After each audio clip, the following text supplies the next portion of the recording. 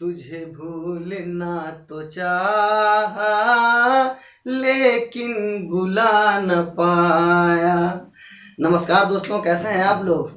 Actually गाना गाने का मतलब मेरा मकसद ये था, आपको मैं बताना ये चाह रहा था कि ये जो मैं ट्रिक जो अनुच्छेद मैंने आज आपको मैं पढ़ाऊंगा, बताने वाला हूँ, आप लाख कोशिश कर लो इसे भूलने का, लेकिन ये आप जो है आपको मैं आपको भूलने नहीं दूंगा। आप लाख कोशिश करोगे या भूलने का, मैं इसे भूलने नहीं दूंगा, ये मेरा वादा है। बस आप हमारे साथ 10 मिनट बस आप मेरे साथ रहो। आफ्टर ऑल ये जितने भी लगभग 40 के अप्रोक्सीमेट आर्टिकल्स हैं वो आपको बाय हार्ट याद हो जाएगा।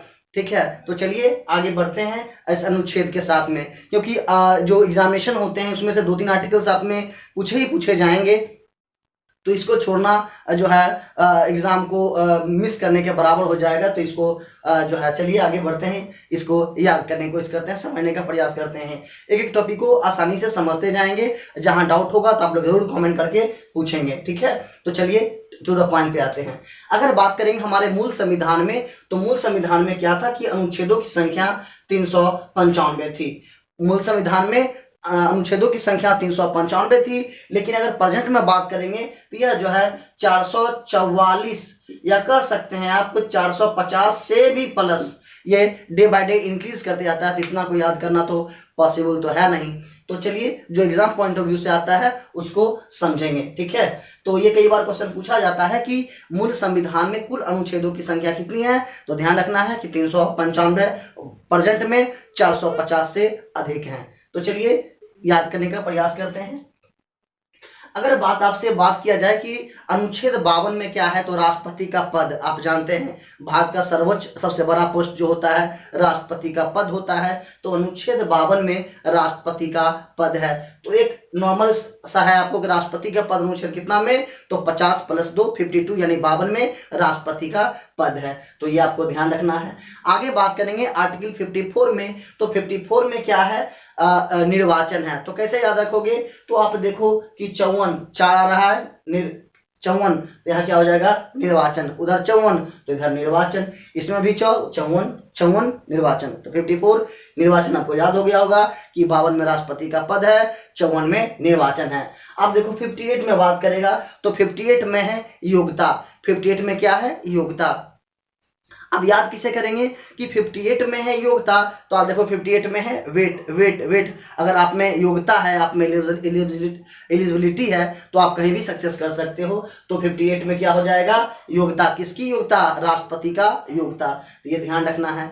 जबकि अनुच्छेद 60 में है शपथ। तो ऐसे भी देखो 100 से 60, 100 से शपथ, याद रखना है। 100 से 60, 100 से शपथ। किसका शपथ, राष्ट्रपति का शपथ। तो ये भी आपको याद रहेगा। आगे बात करेंगे, राष्ट्रपति को हटाने के लिए महाभियोग का प्रयोग किया जाता है। तो ध्यान रखना है, ये महाभियोग लोकसभा, राष्ट्रपति पर जो महाभियोग लगाया जाएगा हटाने के लिए, ये राज्यसभा में या लोकसभा में कहीं भी लाया जा सकता है। तो राष्ट्रपति पर महाभियोग अनुच्छेद 61 में। तो ध्यान रखना है। एक और राष्ट्रपति से संबंधित है 72, जो आर्टिकल 72 में जो है राष्ट्रपति का मृत्यु संबंधी, अगर कोई व्यक्ति गुनहगार होता है, कोई क्राइम करता है, तो उस पर जो है अगर फांसी की सजा हो जाती है, उसको उम्र कैद में तब्दील कर सकता है, या उम्र कैद हो गया है उसको और कम कर सकता है, तो वह कर सकता है राष्ट्रपति अनुच्छेद 72 के तहत। तो आशा करते हैं ये 4-5 आपको याद होंगे, हो गए होंगे। एक बार और रिकॉल कर लेते हैं कि अनुच्छेद 52 में क्या हो जाएगा, राष्ट्रपति का पद। 54 में क्या हो जाएगा, निर्वाचन। 58 में क्या हो जाएगा, 58 वेट मतलब योग्यता, एलिजिबिलिटी योग्यता। 60 में क्या हो जाएगा, शपथ। 61 में क्या हो जाएगा, महाभियोग। तो आसानी से आपको लगभग 5 आर्टिकल से आपको यहाँ पे याद हो गए। आगे अगर बात करेंगे तो 3 आर्टिकल जो आता है, आगे बात करेंगे। देखो आप आसानी से समझना कि सरला, तो क्या हो जाएगा, सरला बोले तो 100 से संसद 79 में हो जाएगा। र से राज्यसभा 80 हो जाएगा, और लोकसभा 81 हो जाएगा। तो ध्यान रखना है कि संसद के निर्माण आप जानते हैं, जब मैं आगे आपको एक्सप्लेन करके पढ़ाऊंगा तो उसमें मैं आपको बताऊंगा कि संसद के 3 अंग होते हैं, राज्यसभा, लोकसभा और राष्ट्रपति। तो वही संसद जो है अनुच्छेद 79 में है। तो बस आप सरला याद रखना ना, आसानी से वहां याद हो जाएगा। सरला 79, राज्यसभा 80 और लोकसभा 81। तो ये भी तीनों आसानी से याद हो गया होगा। बस सरला याद रखोगे 79, 80, 81, संसद, राज्यसभा, लोकसभा, यहां तक भी आपको याद हो गया होगा। आगे अगर बात करेंगे तो बहुत भी आई है अनुच्छेद 330 आर्टिकल 330 में क्या है, SC ST का लोकसभा में रिजर्वेशन। जो SC ST का रिजर्वेशन है, आपसे पूछा जाएगा ये क्वेश्चन कि SC ST को रिजर्वेशन जो दिया जाता है लोकसभा में किस अनुच्छेद के तहत, तो 330 और मतलब और क्या इसमें, अगर आगे क्वेश्चन और डिफिकल्ट करेगा, क्या करेगा कि अनुच्छेद 330 के तहत SC ST को जो रिजर्वेशन दिया जाता है लोकसभा में, उसमें SC का सीट क्या है और ST का क्या है। तो यहाँ पे आपको ध्यान रखना, बस लॉजिकली आपको समझते जाना है। आप देखो ST, आप एक AK-47 एक राइफल भी है, तो देखो ST 47, अरे भैया 330 है ना जी, लोकसभा में SC ST को रिजर्वेशन दिया जाता है, उसमें ST का जो है 47 है और SC का 84 है। तो याद रहेगा, अरे AK-47, ST का 47 और SC का 84, बस हो गया। तो 330 आपको याद हो गया होगा। आगे बात करेंगे तो अनुच्छेद 331 में क्या है, 30 के बाद 31, 331 में क्या है, 2 एंग्लो इंडिया। ये लोकसभा में राष्ट्रपति के द्वारा 2 एंग्लो इंडिया कहने का तात्पर्य होता है कि वैसा ब्रिटिश जो हमारे आज़ादी के बाद भारत में रह गए, तो हमारे संविधान में वैसे लोगों को भी जगह दी जाती है। तो ध्यान रखना है कि 2 एंग्लो इंडिया अनुच्छेद 331 के तहत राष्ट्रपति के द्वारा चुना जाता है, ये ध्यान रखना है। आगे बात करेंगे 332। जिस प्रकार आपने 330 देखा कि अनुच्छेद 330 में SC ST का रिजर्वेशन लोकसभा में है, जिसमें मैंने बताया कि ST का जो सीट है 47 है और SC का 84 है। उसी प्रकार अनुच्छेद 332 में क्या था कि SC ST का आरक्षण तो है, लेकिन विधानसभा में जो प्रत्येक राज्य में जो विधानसभा होता है उसका, तो SC ST का रिजर्वेशन SC ST का रिजर्वेशन विधानसभा में अनुच्छेद 332, और ये जो होता है अलग अलग राज्यों में on the basis of population, जनसंख्या के आधार पर तय की जाती है। तो यहाँ पे ये फिक्स नहीं है, तो ध्यान रखना है कि राज्यों में जो विधानसभा में जो रिजर्वेशन दिया जाता है SC ST को अनुच्छेद 332 के तहत, तो ये भी याद हो गया होगा।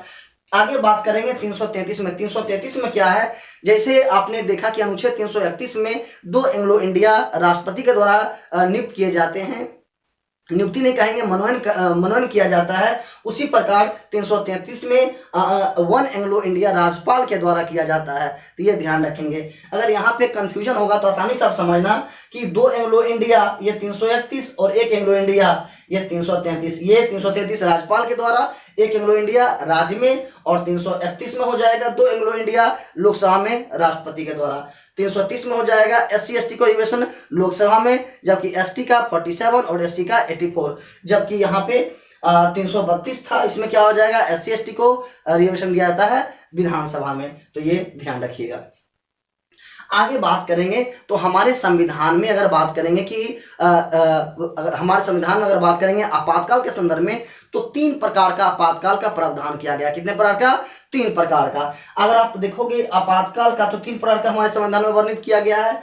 पहला जो अगर बात करेंगे तो जो होता है राष्ट्रपति शासन। कौन होता है, राष्ट्रपति शासन, आर्टिकल 356 में है राष्ट्रपति शासन। और ये जो है राष्ट्रपति शासन आप जानते हैं कि कम से कम 6 मंथ तक और अधिक से अधिक 3 साल तक कहीं भी लागू हो सकता है, ये आपको पता होगा। राष्ट्रपति शासन सबसे पहले जो लगा था ये पंजाब में लगा था 1951 के अप्रोक्सीमेट, और जो है सबसे ज्यादा बार जम्मू कश्मीर में जो है लागू हो चुका है। तो ये ध्यान रखेंगे कि राष्ट्रपति शासन 356, तो ध्यान रखिएगा राष्ट्रपति शासन 356।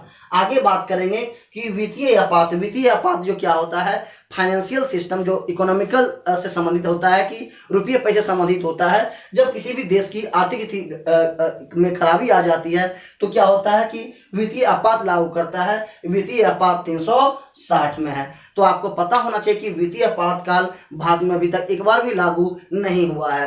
तो ध्यान रखना है, कई बार ये क्वेश्चन पूछा जाता है कि भारत में द्वितीय आपातकाल कितने बार लागू हुआ है, तो यह 0 बार, एक बार भी लागू नहीं हुआ है, तो ये ध्यान रखना है। अब आ गया राष्ट्रीय आपात। तो राष्ट्रीय आपात के बारे में अगर बात करेंगे, यह 352 में है, तो मैंने 352 में है, और ये 352 में क्या है कि राष्ट्रीय आपात। अब राष्ट्रीय आपात क्या है, जब दो देशों के बीच में मतलब युद्ध का सिचुएशन या माहौल होता है, ये माहौल खराब हो जाता है या फिर किसी भी देश की आंतरिक स्थिति अच्छी नहीं होती है, तब जाके वो देश राष्ट्रीय आपात लगाता है अनुच्छेद 352 के तहत।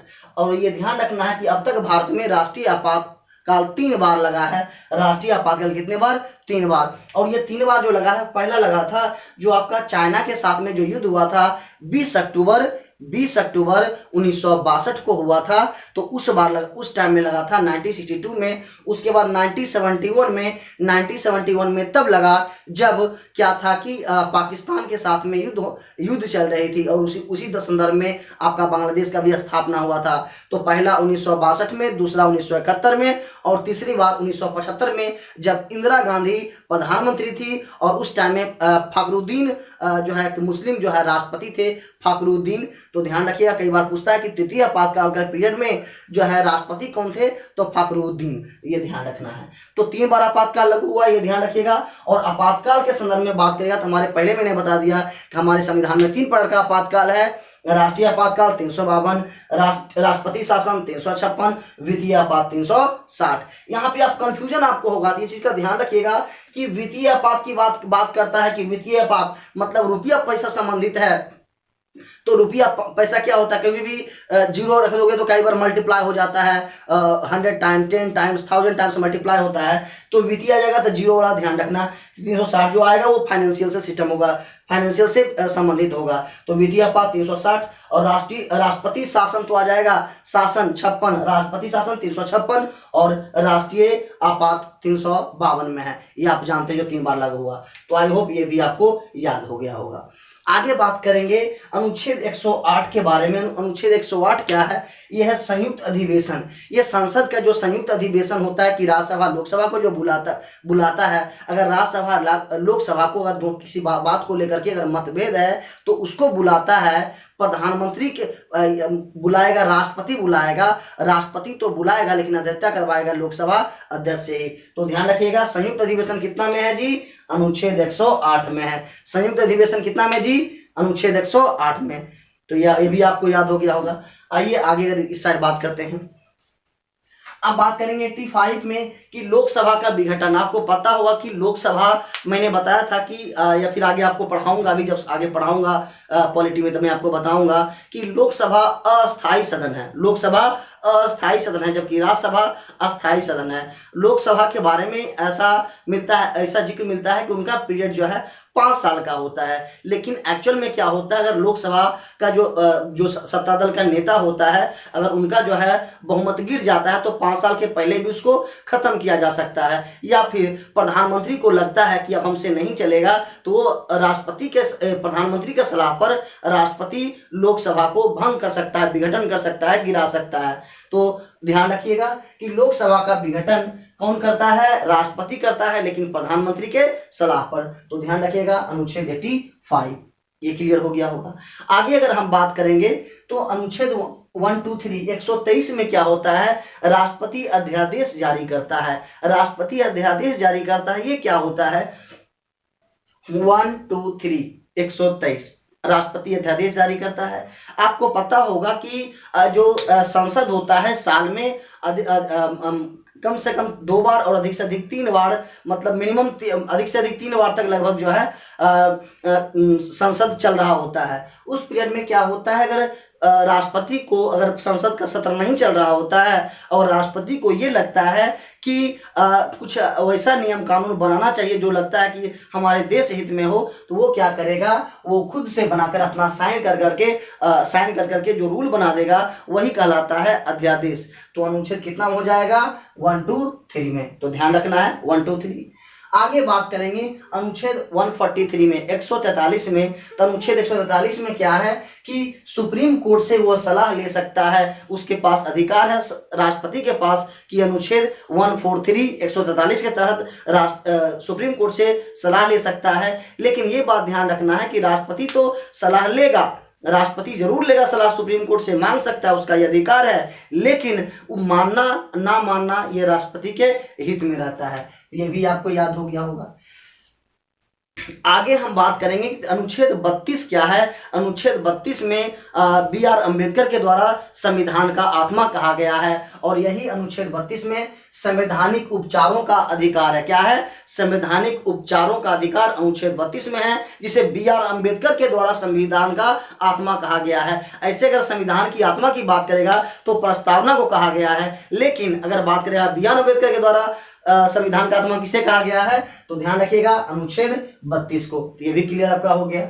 आगे बात करेंगे कि ये केंद्र लेवल पर मंत्री परिषद होता है, तो केंद्र लेवल पर जो मंत्री परिषद होता है अनुच्छेद 74 के तहत, तो मंत्री परिषद जो होता है 74, और उस मंत्री परिषद का जो प्रधान होता है प्रधानमंत्री आर्टिकल 75 के तहत। तो ध्यान रखना है आर्टिकल 74 में क्या हो गया, मंत्री परिषद, और एक बढ़ाएंगे 75 में, उस मंत्री परिषद का प्रधान कौन होगा, वो हो जाएगा प्रधानमंत्री। तो ये ध्यान रखना।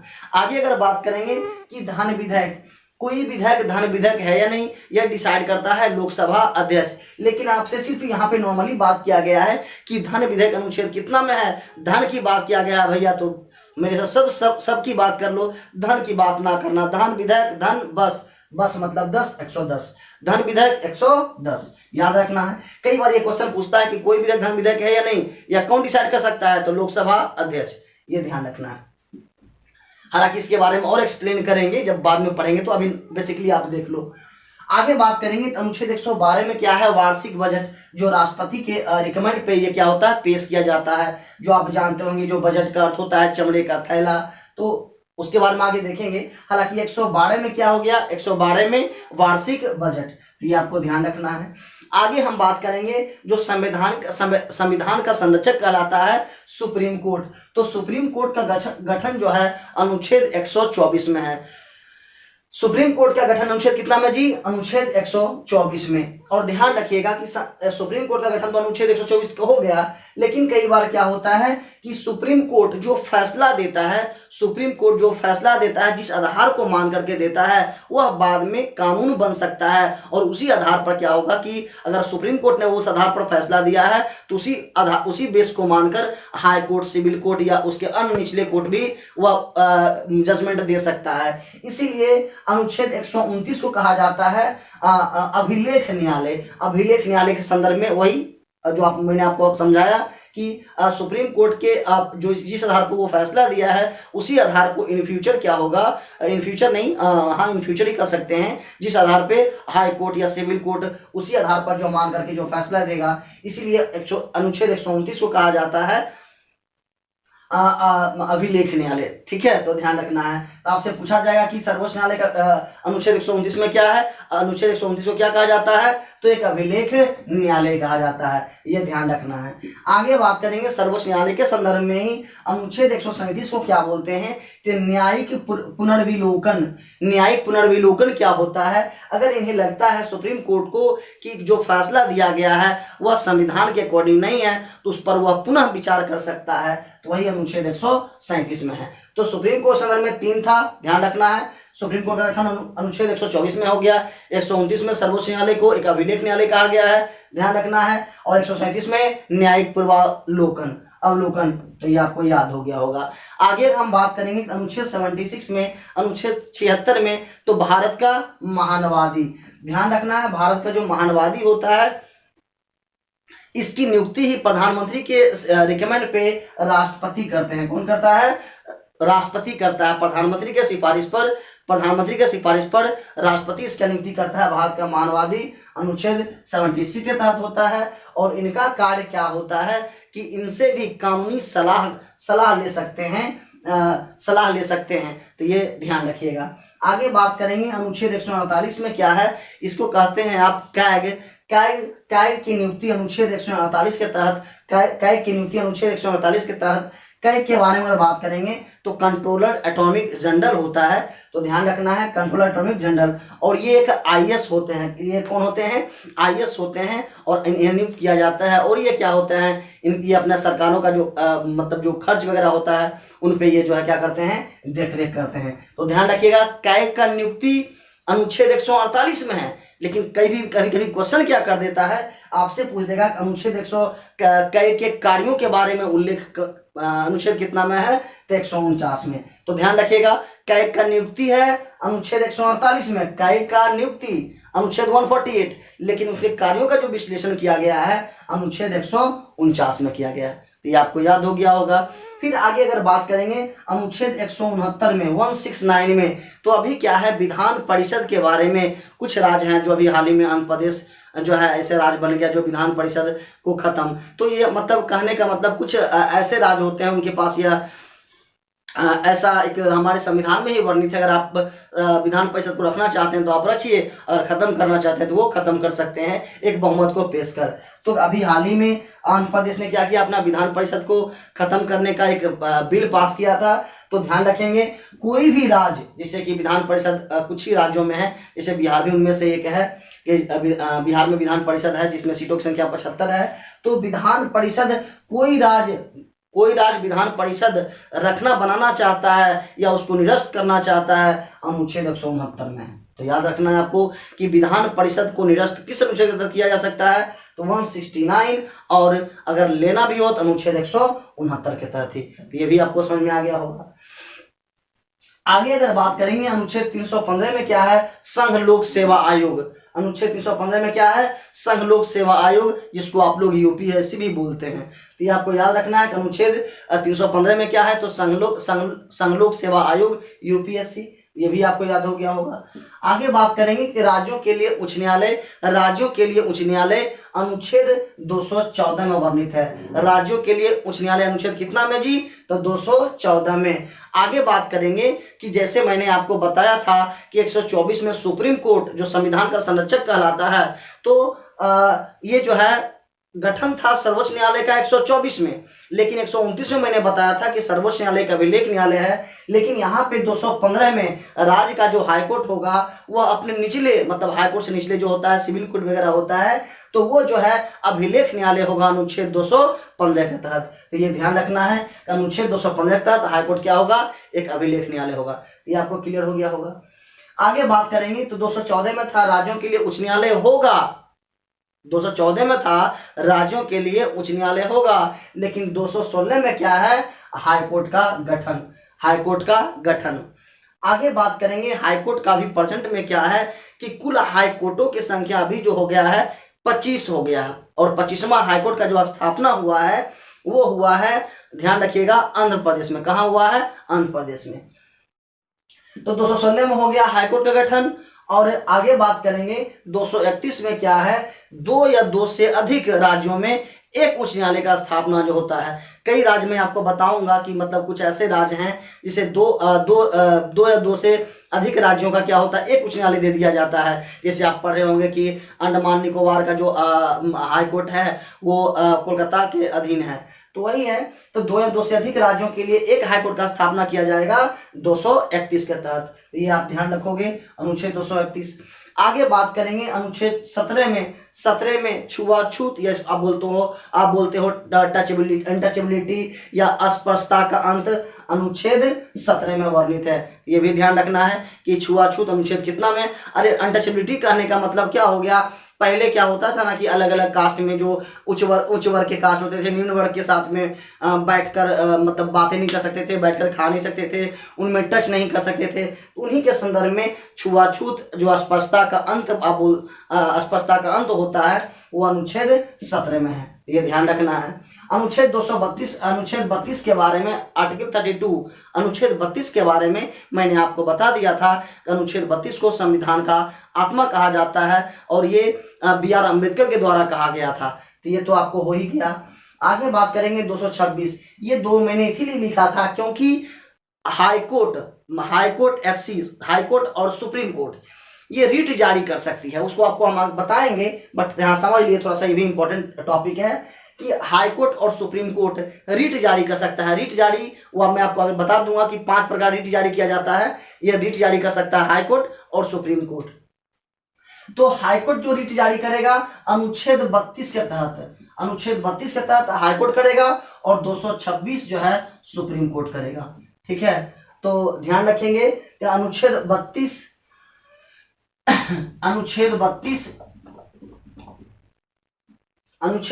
के तहत जो करेगा ये हो जाएगा सुप्रीम कोर्ट और ये हो जाएगा हाई कोर्ट। ठीक है, यहाँ थोड़ा सा समझ लेंगे कि यहाँ पे थोड़ा सा देख लीजिएगा कि सुप्रीम कोर्ट क्या था, अनुच्छेद 32 है और हाई कोर्ट 226 है। तो ध्यान रखिएगा जो सुप्रीम है उसका अनुच्छेद कम है, यानी 32 है और हाई कोर्ट 226 है। ध्यान रखना इन बातों का। एक और पिछले अभी जस्ट ही मैंने आपको बताया था कि अनुच्छेद 72 में क्या था कि राष्ट्रपति क्षमादान दे सकता है। तो अगर हम अगर बड़ा क्राइम होगा, केंद्र लेवल पे होगा, तो क्या होगा कि वो क्षमादान कर सकते हैं, सिर्फ और सिर्फ राष्ट्रपति ही कर सकते हैं। जैसे मृत्युदंड हो गया तो उसको जो है क्या होता है ना, वो उम्र कैद में कन्वर्ट कर देना, तो वो कर सकते हैं कौन, राष्ट्रपति कर सकते हैं। लेकिन अगर स्टेट लेवल पे बात करेंगे तो अनुच्छेद 161 के तहत जो है राज्यपाल कर सकते हैं। तो ये ध्यान रखिएगा, अनुच्छेद 72 में राष्ट्रपति क्षमादान और 161 में राज्यपाल क्षमादान। तो आई होप आप एक से दो बार आप देख लेना और इसको आप एक नोट्स बना लेना, तो क्या होगा कि ये आपका अपना हो जाएगा और एग्जामिनेशन में काफ़ी आपको सहूलियत होगी। एक और वीडियो आपका आर्टिकल के आपको मैं बहुत जल्द आपको दे दूंगा, ताकि आपको जो है कंप्लीट पैक आपको मिल जाए और आपका एग्जामिनेशन में कोई भी क्वेश्चन ना छूटे। आई होप आप लोग को अच्छा लगा होगा। थैंक यू, धन्यवाद।